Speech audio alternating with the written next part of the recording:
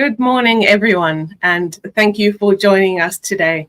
We're very grateful that you've taken the time out of your morning to join us in conversation and learning from Dr. Rick Lewis. So thank you. Just a few housekeeping announcements just before we start. The chat is open. A few early comers have already added their excitement to the chat, but if you could introduce yourself, where you're from, and what you're looking forward to learning today. So thank you for that. We are also going to have a question and answer session at the end where you can ask whatever questions you like to Rick, whether it be on the topic or something else that you think he might have insight into. So don't wait until that session. Just pop them in the chat already as we go through the morning. Just also a reminder, please don't put any personal sensitive information in the chat, as this webinar is live and we are recording the webinar to go out onto YouTube too. That brings me nicely to say that if you so happen to drop off the internet connection or anything, just try and rejoin. If you would like to share the session with any colleagues or friends, please just pop over to our YouTube channel at the end and you'll be able to share the link there. Share it wide as far as you can. If there are any questions that you might think of as you carry on your day when we're finished, please also feel free to send them through to us. I think that might be all the announcements about the chat, the question and answer. We're very excited to have Rick joining us. So that leads nicely into me explaining why 10 a.m. and not 1 p.m. our usual time. And that's because Rick is in Australia. And while we're starting our day, Rick is just about finishing his day. So, but thank you, Rick, for taking the time out to joining us on this webinar for Leaders of Worship and Preachers Trust and Preach magazine. So thank you, Rick, and welcome here today. So Rick Lewis brings decades of mentoring experience serving senior Christian leaders internationally as owner and principal consultant of Anamkara Consulting. He's based in Australia, as I've said, but he also has connections here in the UK, and he's a regular columnist for Preach magazine. He also is an author, and his book, Mentoring Matters, Building Strong Christian Leaders, Avoiding Burnout, and Reaching the Finish Line. So thank you, Rick, for joining us. You're welcome. It's great to be here. And thank you so much for making it that earlier time. It just really does help me. Awesome. So, thank you. Kenya?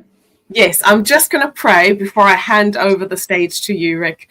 So I'm just going to pray quickly and then I will let you give your presentation. So, Dear God, I thank you for the time, for the space, for the technology that we can meet together here online, that we can hear from Rick all the way over in Australia, that we can come and learn humility, leadership skills that would help grow us in the places that we find ourselves. So thank you for each and every single person that might watch this now live, engage with the question and answers, but also after this has gone out. I pray that it is a blessing and an encouragement to many. In Jesus' name I pray. Amen. Amen. Thanks. You, Rick. I'm going to hand over to you and then I'll join you when we're ready for some questions and answers. Great. That's good. Thanks, Tanya.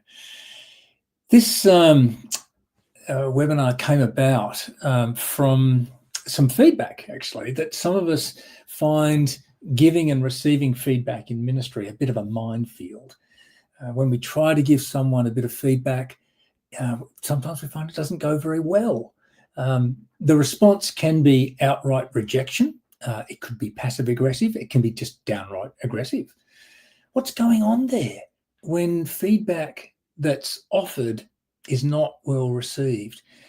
Could it be pride? Possibly. A lack of humility could be a factor there.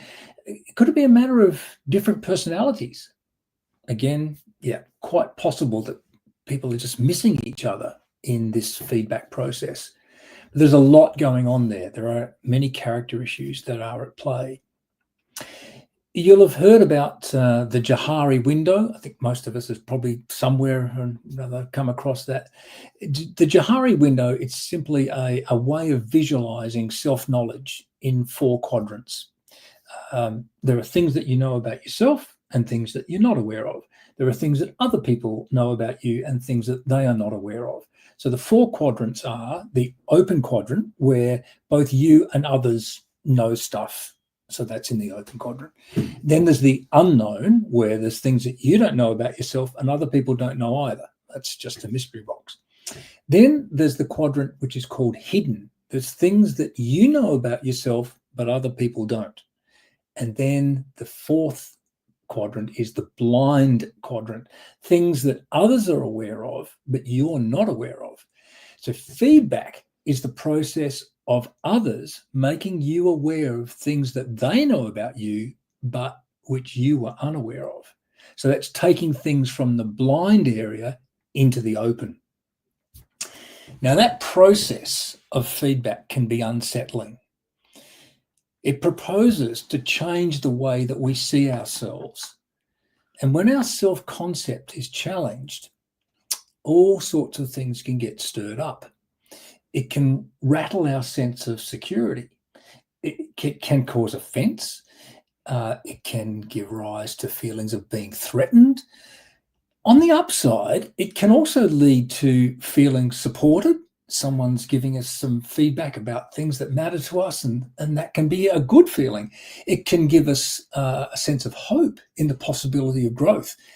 It can lead to the joy of discovery. Oh, something I didn't realize before. Oh, how good that I know that now. Can be, but it depends on how it's handled. Now, humility, or the lack thereof, is a factor in the way that feedback is received, but there are other things too, like differences of personality. I would contend that differences of personality, particularly in ministry teams or in ministry contexts, affect just about everything. Now, personality, as I understand it, it's one aspect of character. And I understand it as the non-moral dimension of character, whereas the moral dimension of character consists of virtues or vices. Personality is the non-moral preferences and tendencies. It's neither good nor bad. Essentially, it's just different. So it's, say, a preference for stability or a preference for change. It's an orientation towards the future or an orientation towards the past, the way that you think. It could be a preference for direct communication, very open and kind of in your face, or it can be a preference for indirect, more subtle communication. People are different about that depending on their personality. Some people have a very single focus in the way that they approach life. Others love to multitask and juggle lots of balls at the same time. Personality is assessed by things like Myers-Briggs or the DISC personality profile, conflict styles, learning styles. If you're in leadership, the value of your particular personality style will be contextually determined. That is, it's a matter of fit. Is your personality the right kind of shape for the task that needs to be done, or the role that needs to be performed? Virtue, the other part of character, it has value regardless of context, although certain contexts might expose or exploit certain virtues. But these personality differences, the non-moral dimension of character, greatly impact working relationships because they do shape your communication styles, the way that people prefer to give and receive communication, including feedback, but beyond that. Personality differences affect the way that teams work together or don't work together, conflict dynamics, how people are motivated, and what sort of rewards and responsibilities are given. In fact, all kinds of aspects of workplace harmony are impacted by personality differences. So we do need to keep that in mind when we think about giving and receiving feedback. I'd like to just spend a few minutes looking at both sides of that equation. First of all, looking at how do we receive feedback well, and then looking at how we give it. Because no matter how you're involved in leadership in a Christian ministry context, you'll be on both sides of that equation at some point. Someone will come to you with some feedback for you. So I want to think about, so how are you going to be able to handle that well?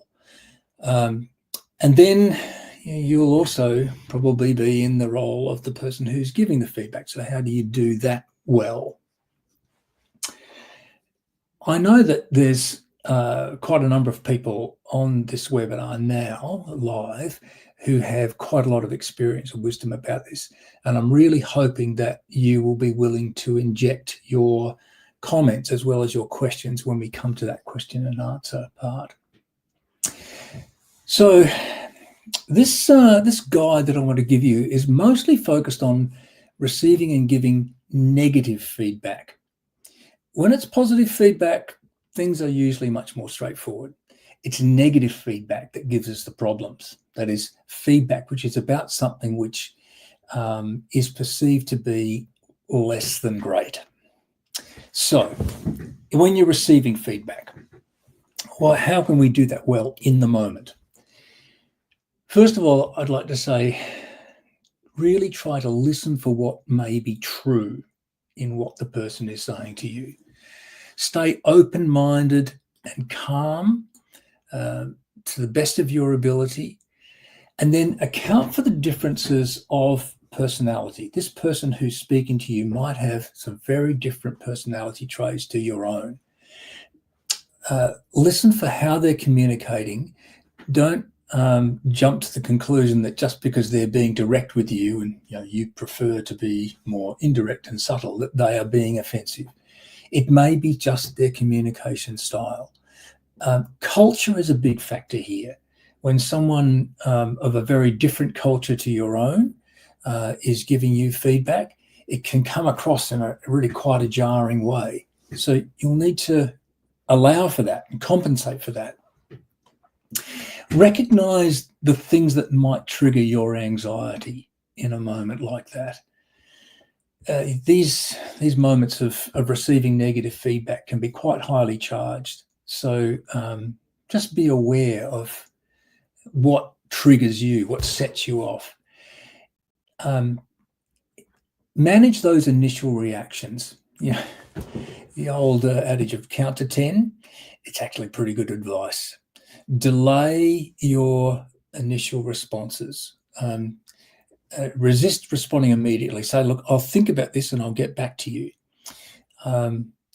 Remember to breathe. When something is being said to you and you're thinking, whoa, hang on, I'm not really sure about this. This is unsettling my sense of myself. Employ some active listening skills. Really focus.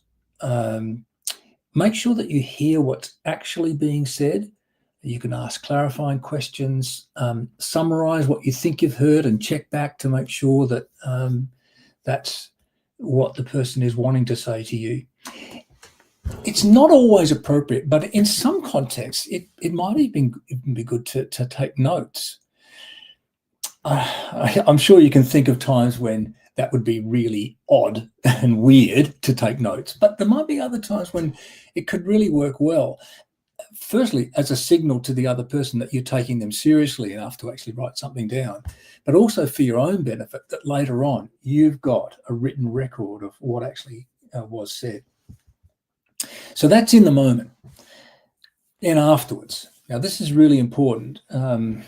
When you've had some feedback that's a bit negative, it's about something that you weren't aware of, and you're being challenged to, with your sense of who you are, think about what you've heard in a deliberate, reflective process.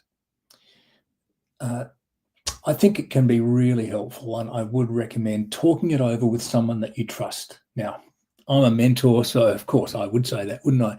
But I think it's more than just mentors. It could be just a friend. It might be someone who's a colleague who knows a bit about this situation that you're getting feedback on. Just someone that you trust. Talk it over to get it outside of your own head. And then make sure afterwards you do get back to the person who has spoken to you. If you've said, I'll think about this and get back to you, as I'm recommending that you do, follow through and do get back to them. And treat that, when you're thinking about it, treat that feedback as information for learning and growth. And I say that even if it was an attack. And that's the worst kind of feedback, when someone says, I'm just feeding back to you, and they tell you something negative, and actually they're just gunning for you. They're just going after you. Even if it's an attack, you can use that as information for learning and growth, particularly if you've listened for, even if it's a small grain of truth that might be behind something which is actually delivered in a fairly aggressive and undermining way. What are the character issues involved here? Well, yes, humility. This takes a good hard look in the mirror. Do I always have to be honoured? Can I be corrected? Can I be corrected by someone who I would think is of lower rank? Humility, I guess we all like to think that we have a measure of humility, but it's this is something to bring before the Lord in prayer and say, look, is there some way in me? It's like that bit at the end of Psalm 139.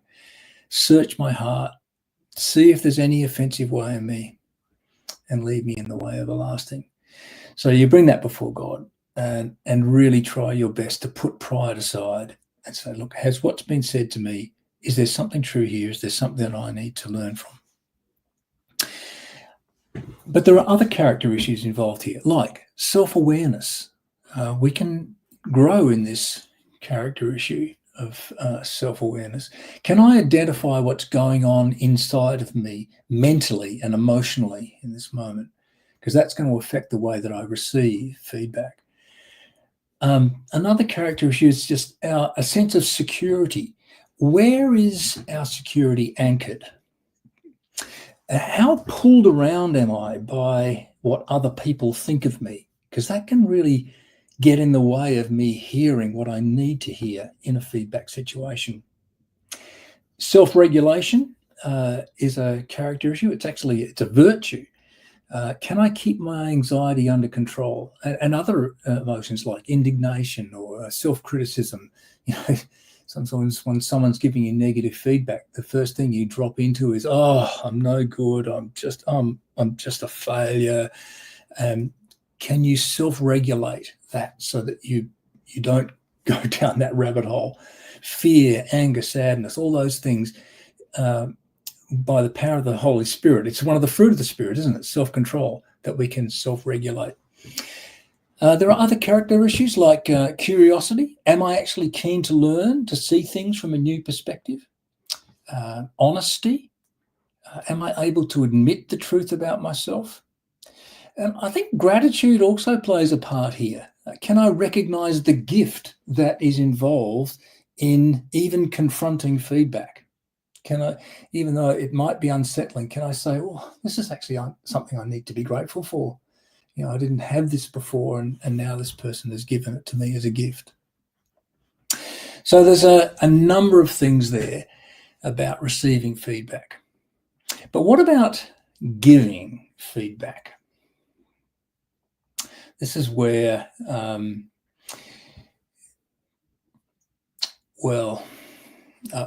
we get to the Q&A, we'll think a little bit more about this.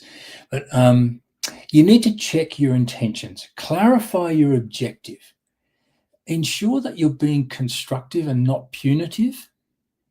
Sometimes the process of giving somebody feedback can be a bit of a cloak for punishing somebody. Make sure you don't do that. Have a growth mindset, a future focus. How can this be better? Remember, when you're giving feedback, that the context of trust is very powerful. If you have a history of support, you'll win a hearing. If you're always the one who's giving that negative feedback, it's less likely that you're going to get a hearing. Just as the person receiving feedback needs to manage their emotions, so do you. If you're giving feedback, manage your emotions. If you're nervous about this, then do what you can to be calm about that. If you're upset about something, make sure that you settle that first, get that out of the way. When you're giving feedback, it's important to pause before you engage, to be empathetic for the other person. Anticipate what their emotional reactions are likely to be and account for that. Make sure that as far as you can, you're specific. Gather facts and examples. Really avoid generalizations. Don't exaggerate in order to make your point. Be limited in the number of criticisms that you bring at once. I would recommend just one thing. And if you can balance that with that, so that you're not only saying something which is negative. Make it a conversation. Encourage dialogue. Not only be prepared for the other person to speak back to you, but encourage that. Don't just deliver a monologue. Consider when the feedback could be best received. So it's good to be prompt when there's something that needs to be addressed, but don't be hasty. There's no one rule for this. It's a matter of judgment and discernment. But I would just say, be prompt, but not hasty. And then not only consider when, but consider where feedback could be best received. The rule of thumb is deliver affirmations publicly and criticisms privately. And be objective as possible, sticking with verifiable observations. Don't make accusations about motivations. You don't know. You can't see what motivates a person. All you can see is the observable things, and then you can give feedback about that. So we looked at character issues that are involved in when you're receiving feedback. Let's think about what character issues are involved when you're giving feedback. Humility. Once again, am I trying to score points here? Do I consider this person to be inferior to myself, so I'm giving them the benefit of my superior wisdom? There's the character issue of self-awareness once again. Can I own my personal subjective stake in this issue? We like to think we're being objective, but there'll be a part. Am I self-aware enough to know what that is? Security, your sense of security. Where is that anchored once again? Am I worried about what this person will think of me after I've delivered this feedback? Self-regulation is also an issue. Can I keep my anxiety under control and other emotions? Curiosity. Am I interested in what the other person has to think about this? Not just giving them my perspective, but hearing what they're saying back. Honesty. Am I able to stick with what I know to be true without exaggeration or logical leaps? Gratitude. Can I recognize and affirm the good things in the other person as well as the negative feedback that I'm giving them? Okay, so there's just a bit of a look at both receiving and giving feedback, a little bit of guidance on both of those processes. Now, in the promo that went out, it promised a case study on feedback. Now, I don't really have a case study, but I want to tell a tale. So this is more like it's a story. It's a made-up story about. It's a fictional rendering of how feedback can go wrong in a church setting, and then how maybe it could be done better. So I'm going to read this to you, And I'd like you to just listen for what are the things that Sam does wrong in the first scenario, and then what are the things that she does better in the second scenario. Okay, so here we go. A little bit of fun. So Sam, she's a member of a church. She was concerned about Simon's ministry. When Simon arrived as their new minister 6 months ago, Sam was positive. She'd been on the interview panel, had been part of recommending him for the role. They'd been looking for someone with strong preaching skills, and Simon had affirmed that this was a high priority for him. But it soon became clear that his preaching was not up to scratch. It wasn't that the content was wrong, it was just that it was too much like a lecture. He went way too long, and because of the decided lack of stories or practical application, he was simply boring. Some people were saying that he was using AI to write his sermons for him.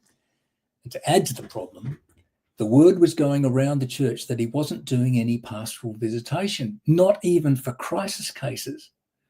Sam decided she needed to give Simon some feedback because he seemed to be unaware of the disgruntlement around the church.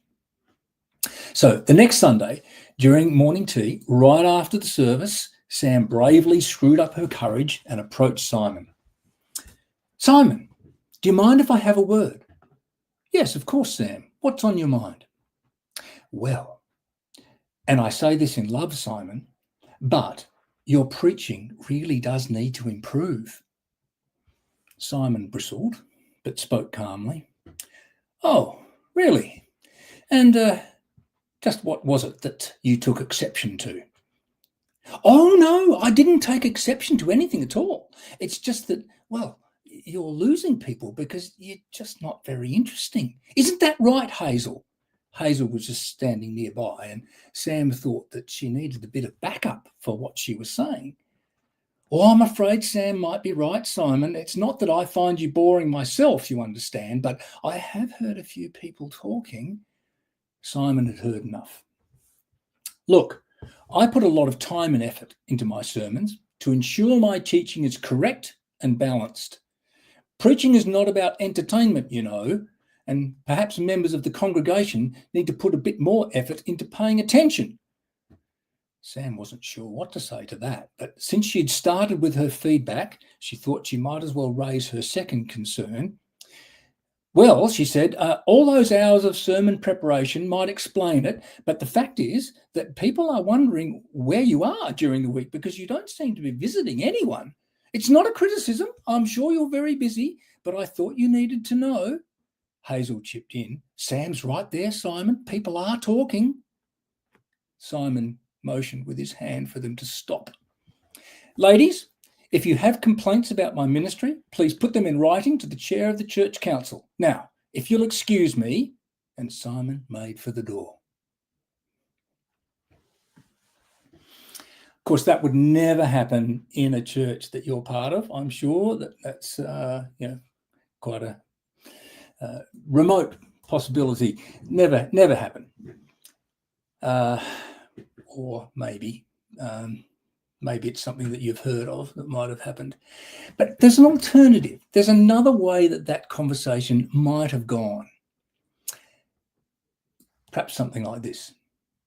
Or the same background, Sam decided she needed to give Simon some feedback because he seemed to be unaware of the disgruntlement around the church. So Sam rang Simon during the week. Simon, could I make a time to come and see you? Yes, of course, Sam. What's on your mind? Well, you are 6 months into this new ministry, and I'd like to hear how you think things are going. And if you're open to it, I'd like to share my observations with you. The appointment made, Sam arrived at the church office. Sam reflected on the process of Simon's appointment and how she had been pleased to recommend him. And then she asked how he thought things were going.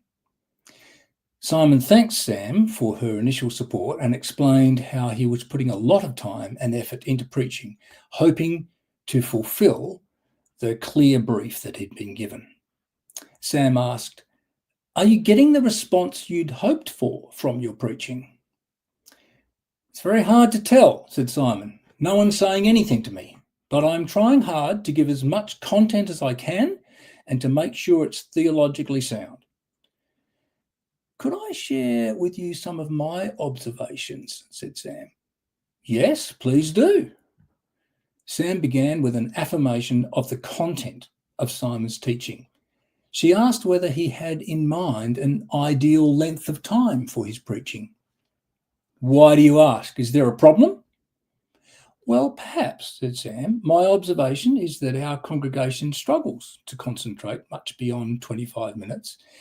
In fact, for the past several years, and you might not know this, but they've been used to sermons of 20 minutes. So when you preach for 50 minutes, it's quite a change for them. But at the interview, you said you wanted someone with strong preaching. Is that not true? Sam says, Simon, I think we've been at cross purposes. I can help to clarify what was meant in the interview, which I think might help you to get a better response to your preaching. Would that be of interest? Yes, I think so, says Simon. Well, I don't want to tell you how to do your ministry, but I can give you feedback as long as you would find that a benefit. Thanks, Sam. I appreciate your support. Well, now, I'd like to bring Tanya back in at this point. I've given you some things to think about, and then we'll see what questions that you might have or some comments that you might want to bring to add to the conversation. Yes, thanks, Rick. That was really, really, I made a lot of notes myself, even though we've been planning this for a while. So that's really, really great. So please, while you're listening to us chatter away, please pop any comments or questions in the chat already there. Think about what and how Sam approached in both scenarios. Which one would, if you're a church leader, which one would you have preferred? Also thinking back to what Rick was saying in the beginning and through the talk about how to give and receive feedback and the characteristics that we have that show through that whole process. So let us know what you think in the comments. Or Rick, I can give you one encouragement, Rick. Steve unfortunately had to leave, but he says if the session stays as good as so far, you'll benefit greatly, I'm sure. Okay. So we'll say thanks to Steve. Unfortunately, he couldn't stay for a bit longer, but yes, it has been really, really, really great. So thank you so much. Oh, there it is. There we go. I'll put that on. Anyone else got some comments? Bev says, always best to start with an affirmation. Yeah.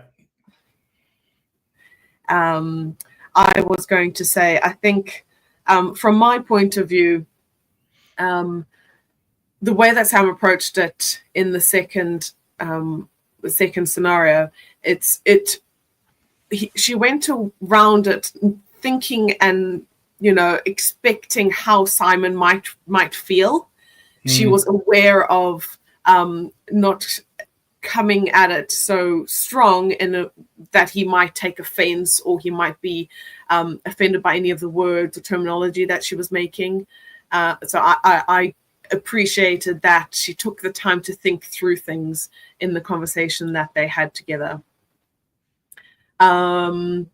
Cynthia, I agree with that. About the starting with an affirmation. Barbara says, second scenario is exactly what I would have suggested. I always start by asking what the person thinks.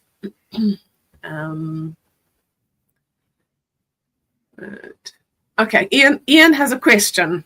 Dealing with negative feedback cloaked as positive. Do you clarify by simply asking, did you mean to tell me that I was speaking for too long? Yeah, and that sort of can, well, I think it helps to clear the air. If you think, oh, hang on, there's something that's not being said here, but understand that's a preferred style of someone who likes direct communication. So and it's something that I would do because I like direct communication. But if I'm talking with someone who's from a culture that does not engage in direct communication, or the person's personality is that they prefer things to be more subtly presented, then I might hesitate to just be blunt. Australians, South Africans, we just love the bluntness, but it just doesn't work all the time. You need to be gentle. So it's a bit of a case by case. But overall, yes, pulling the cloak back to some extent to find out, look, what's really going on here. I think that's, if it's done with genuine curiosity rather than defensiveness, then I think it's a good thing. Right. Have another comment from Paul saying finding the right time and place for negative feedback is very important. Yeah, it needs to be safe. Yeah. So because it was at the church office, that's a safer place. That's Simon's territory. But if you're the person who is receiving the feedback, you might choose a different place. If you're the person who's giving the feedback, you can make your best guess about what's going to be a safe place. But certainly in public, no, that's not the way to do it. Yes, you did. You did tell us that in the beginning about time and place. I think there's also something particular about when someone's in ministry. If I'm receiving feedback right after I've preached, like I'm really emotionally pretty wrung out at that point. I've given a lot. On the Sunday, and especially right after the meeting, don't bring me confronting things. It's just the wrong time. I'm not going to be in a great place to respond well. Yes, that makes sense.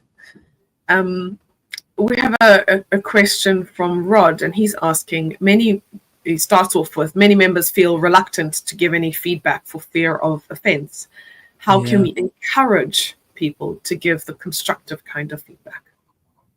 Yeah, well, if you are the leader and you genuinely want feedback, then say so, and then follow through with a gentle response. But if you are maybe in a governance role and you're wanting to encourage this generally in the culture of the church to encourage feedback, then perhaps you need some mechanisms that both the person giving the feedback and the person receiving it find safe and can help it to be objective. I don't think the anonymous feedback thing is a good way to go. I think then it might start well, but then people who really do just want to attack will use that mechanism cruelly. So I don't think that that's a good way to go.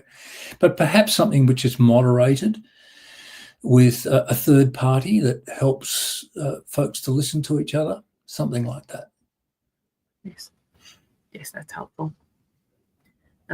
Michael made a comment about the principle of mutual respect. Yes. Yeah. It's just biblical, isn't it? Yeah.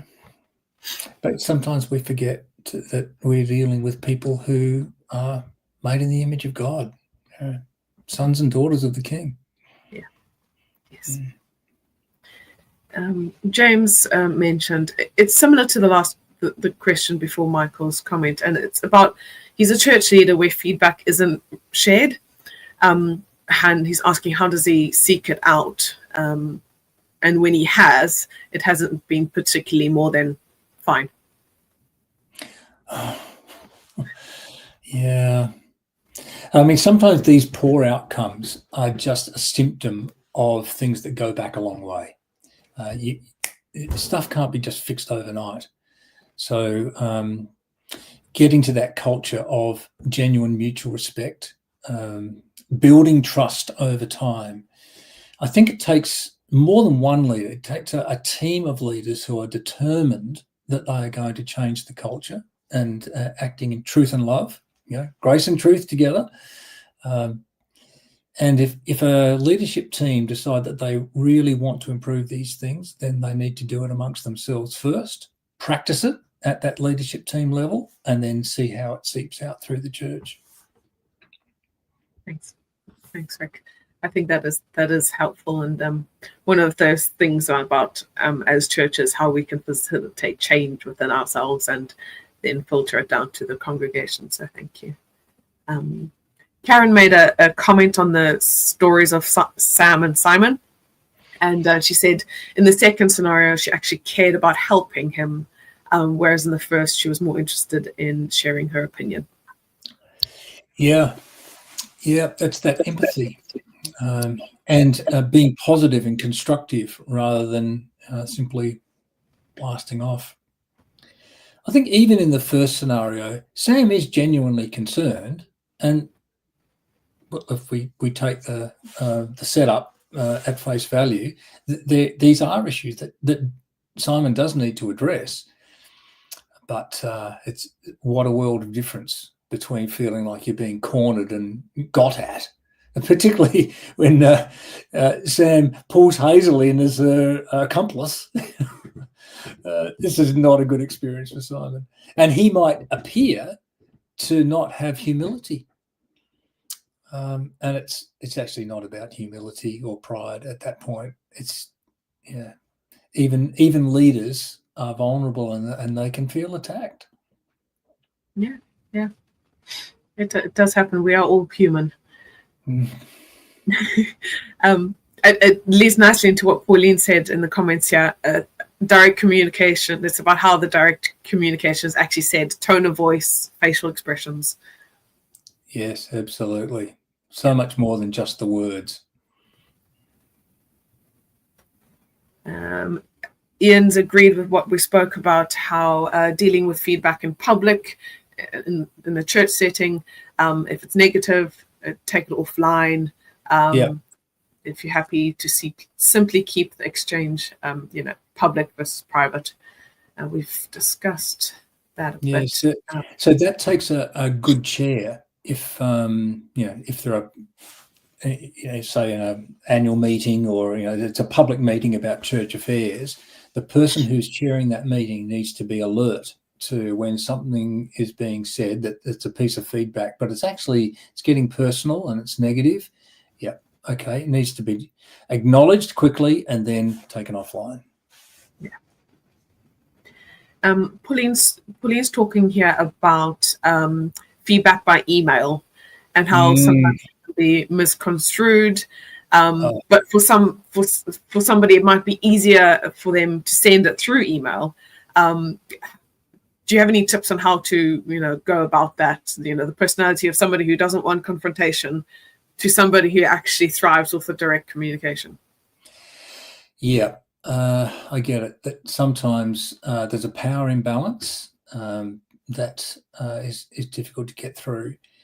Then if that's what's going on, then the person that you're trying to give feedback to is in a power position. Then you'd want to go to someone who represents their point of accountability. We're not talking about gossip here, but to discuss the feedback that you want to give to a powerful person with someone to whom they're accountable. I think that's valid.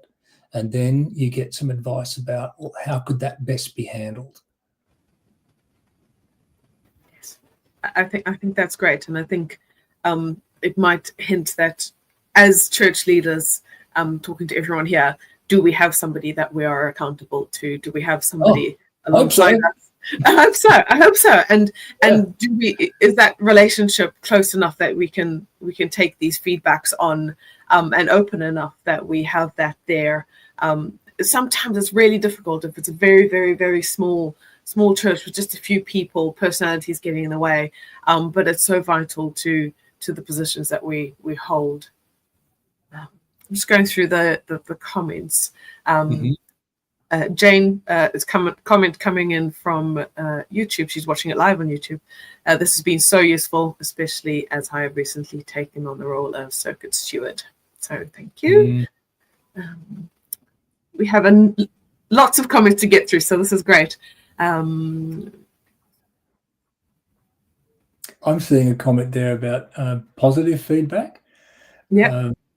Yes, not all emailed feedback is negative. Yeah. So positive feedback, that's great. That's not the stuff that's causing us problems.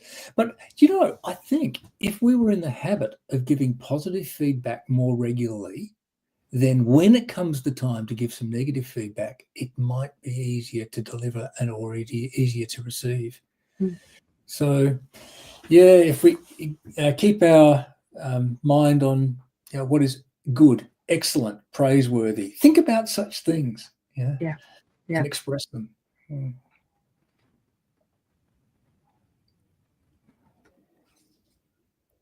Oh, someone's saying they find emails a big no-no. Yes, but I think if perhaps as a leader you receive feedback by email, instead of going back and forth over email and then it gets all confusing and misunderstood, set a time, say, let's meet, let's talk, let's discuss things, let's talk rather than text. Yeah, so I think if you've received negative feedback by email, all right, you might say, look, this is not ideal, I'm not enjoying this, but be big enough to go back to the person and make it safe for them to have a face-to-face meeting. Reassure them that you are genuinely interested in what they have to say. You might even be honest enough to say, what I just read in your email, I do find it confronting, but I would appreciate being able to hear that from you, and be assured I am not going to attack you. I want to know what you have to say. If you'd like to have a support person there with you, that's absolutely fine. Just make it possible for that person to respond affirmatively to a meeting. Yeah, and if you get that sense of the person giving feedback to you is frightened or nervous in any way, I personally would say don't meet in your pastor's office. Find somewhere neutral, somewhere where they feel comfortable to open up. Yep. Olufemi said, thank you for including the cultural differences that we have in our lovely multicultural congregations. Yes. So I love that we can be open about this. And then Deirdre asks, how do you suggest we can support new preachers that we don't know? Every time you catch them doing something good, tell them. Yeah, just the power of affirmation. But I know this might sound terribly super spiritual, but a new preacher, just pray for them.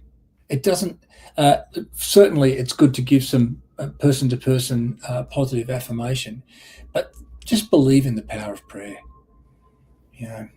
Be on the prayer team. Either they know about it or maybe they don't, but pray God's grace on them.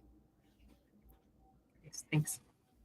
I like that. Yes, and a lot of the comments now about positive feedback is such an affirmation for the people in the positions that you're giving feedback to, both ways. If you're having somebody stepping up into taking on, I don't know, the prayers or taking on the tea service, wherever they are, giving that positive feedback to them really encourages people to keep coming back in the whole range of different services that we have at church. So thank you. Anne spoke about so hard, so in capital letters, to not be immediately self-defensive.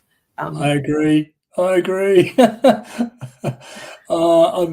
know I'm very reactive, and if I'm blindsided, maybe it's the wrong place, it's the wrong time, and then somebody. Of course, I do have those defensive feelings, and that's where habits need to be established so that they kick in. So just be quiet, ask a question, delay, like counting to 10, making sure that you do the best thing that you can to not hit back. And I think about how Jesus did that so well. So, oh Lord Jesus, fill me with your spirit, make me more like you, because I'm no good by myself. I need you to change me from the inside. And I think if we're consistent about this, we really can become better at being non-defensive. Yes, that's true. That also leads into a comment that Michael's the principle of reflective listening. So not immediately jumping to be defensive, but reflective listening carefully to what the other person's saying. Ensures that we encode and decode accurately. We're not putting our own thoughts into what they're saying or misunderstanding what they're saying. Yeah. So that's a skill that can be learned. You can find out more about that, read about it, practice it. But I think getting that initial emotional reaction under control so that you can access that wisdom about reflective listening, that's a big part of it. How often have we thought, if we've come away from a situation like that and thought, oh, what I should have done was, because there's stuff that you're aware of it, but in the moment it just kind of gets blown away because your emotions have taken over. So that's where we really need to have that formation that comes through the work of the Spirit and habits, practice, and little by little over the years, you become a better person. Yes, thank you. I think if we every day we work on something to be a better person, to be a better leader, to better serve and to better worship God. Just working on that and through that. If anybody has any more questions or comments, put them in the chat now so we can make sure that we have enough time to get to you. I was just going to ask you, Rick, can you remind us, in the beginning you spoke of a window practice. What's it called? And the Johari window. Yes. Can we find Johari? Johari, named for the two people who developed the concept. It's quite a helpful little tool. It's used in lots of contexts, but it's the point of it. Well, there's a few points. But yes, to say there are some things that you are aware of, some that you're not aware of. And part of emotional intelligence is developing your self-awareness. So you actually seek feedback. We know that there are things that we're blind to, but you don't know what you don't know. So you deliberately go to people that you trust to say, hey, give me some feedback here. It's one of the things I really admire about some of the more competent leaders that I mentor is that they are feedback hungry. They talk about feedback is the breakfast of champions. I think it's true that people who genuinely want to know how others see them and the situation, they get on well. They're good leaders. Yes, that's true. I think you reminded me that one of our other workshops led by Sam Wells, he talks about having a team of people that he will always ask just before a sermon or after a sermon, give me feedback. I need the feedback. It's so important for a skill to have. Also, it gets you used to hearing the feedback. If you receive the negative feedback from somebody you know and you trust and you've got on your team, if you like, when it's somebody that you don't know who's new to the church, or you're in a new church leading, and there's somebody you don't have that relationship with, have a different personality, they come with negative feedback. If you're practiced in receiving that feedback in that other space, it just makes it so much easier to handle it. I think so. That's a great. Yes, thank you. Paul put in. Rod put in Johari window. Paul agrees. I echo the value of being feedback hungry, seeking it out. sometimes we can stand at the front and say, give me feedback, I want to hear back from everyone. That's one way to do it. But if you actively seek out, I want to hear feedback from this particular person, I want to hear feedback from this person, and ask them, just go up to them and say, give me feedback, think about it, and come back to me in a few days and give me any feedback that you have. That's a great practice. I've got a little list of feedback questions that I sometimes give to people that I mentor if they're keen to get feedback. So can I read some of them for you? Yeah. So I'll call the person X. So what are the most effective things that X does to develop new leaders? What's one thing that she or he could do to have greater impact in this area? How does X work to bring unity of purpose to the church and the leaders under his or her oversight? On what topics do you find X to be most convincing? To which matters do you wish X would give more attention and emphasis? Can you name any areas in which you believe X has a blind spot, things that are apparent to others but he or she seems to miss? How does X operate under pressure? What things have you noticed bring X joy? What things have you noticed cause him or her to become upset? What is your sense of X's interpersonal capabilities, accessibility, empathy, etc.? What do you think is important to X? What does she or he value or desire? There you go. Just a few things that you can ask to find out, what do other people see? Yeah, and that is helpful because I think those questions open up to really positive, affirmative feedback too. Yep, as well as the constructive growth, input. Yes, yes. There's a bit of a conversation about sometimes people give feedback on something they've heard during a sermon, but it's not necessarily something you've actually said in the beginning. And there's many different ways people hear different things, many different reasons. And just, being conscious that might happen and being aware of when you receive that feedback, that things can happen like that.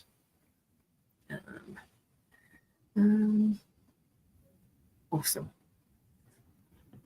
Yes, and then another agreement about, using less forthright language and a little bit more start with an affirmation. Be gentle, be kind, and then I can receive a bit more negative. Whereas other people might say, just give me straight what you're saying. Just tell me straight what you think. Yeah. I just reminded today that there's always so much we don't know, and we're inclined to think that we understand something, but I think it's good to always bear in mind, even when you think you understand a situation or another person, there's always something you don't know. So just be a little bit circumspect when you're delivering feedback, because there could be an X factor in there, which if you knew it, you go, oh, well, that changes the complexion of things. Yes. Thank you, Rick. We've had a lot of conversation, and thank you to everyone for being so open to the conversations that we've had today, in a way being vulnerable to learning about the characters that we can bring forth, giving and receiving feedback. So thank you, Rick, so much for that. Just a reminder, let's be positive and helpful, and do it in love for each other, love for the church, as we are at the church. So thank you so much, Rick, for coming on. Before I end the live stream, I would love it if you could just say a prayer for those that have joined and those who are going to watch. Yep, great. Our Father in heaven, we do ask that you would help us to be both loving and truthful, just as your son Jesus was full of grace and truth. Make us more like him.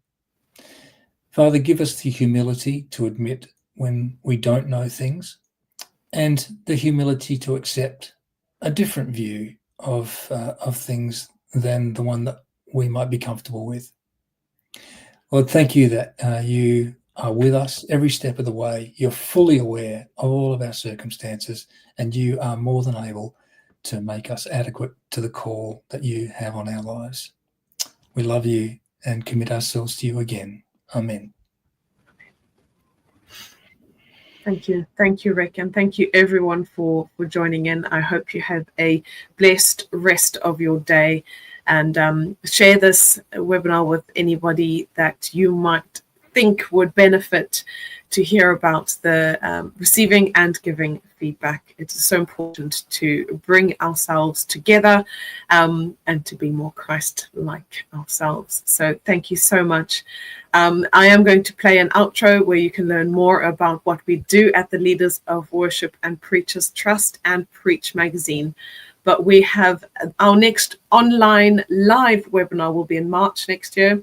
But before then, we still have 2 workshops for you. So please keep an eye on our social media pages, follow us on and subscribe on YouTube, and keep subscribed to our e-news and our e-letters. So thank you so much to everyone who's joined us today. Thanks, everyone. Yeah, grace and peace to you all. Thank you. Bye.